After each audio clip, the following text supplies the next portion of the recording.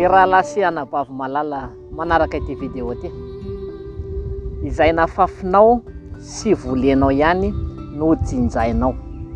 Raha tsy namboly ianao dia tsy anana ho jinjaina intsony. Aka ohatra anankiray tsika ny ala.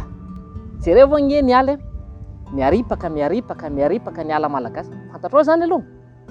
Afaka 12 taona raha ela indrindra na 10 taona ohatrany hoe ela be zany fa vetivety zany dia tonga dia tsy anana ala intsony isika raha tsy mamboly satria zatra ny hoditsy nanapaka sy nakakitay fotsiny amin'izay fotoana izay dia ho tonga ny faharandro malagasy. Raha lasa anabavy malala. Akaiky ny faharandro ary tsy amin'ny resaka ala ihany fa amin'ny zavatra maro. Tsarovy izay raha tsy mamboly ianao tsy ho afaka hioty. Zatra mioty isika fa tsy zatra mamboly.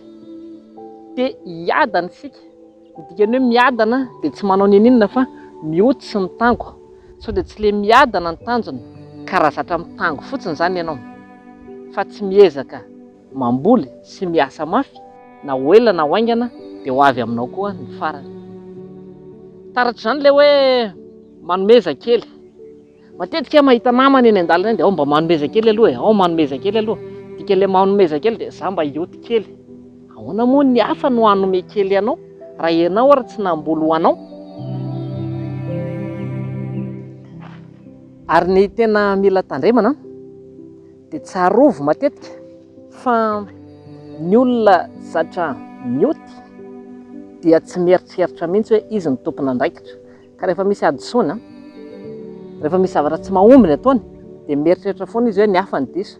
Tsy nety fa mahantra satria izay nge no zanahany. Tsy nety ny fanabeazana azoko. Ranona ny diso tsy mahay ny mpitondra anay. Ny olona tsy zatra mamboly zany dia mieritreritra ny hafa foana diso amin'ny tsy fahombiazana. Dia izay ilay afatra. Tsy misy olona mitango fotsiny eto ambonin'ity tany ity. Fa rehefa tsy namboly azy ianao dia tsy hisy kitay ianao rapitso. Izay nafafinao ihany no volenao. Ary izay volenao ihany no kolokoloinao, iny no afaka tangosanao avy eo. Betsakitsika ny manana tetika hafa, ohatra hoe anao politika.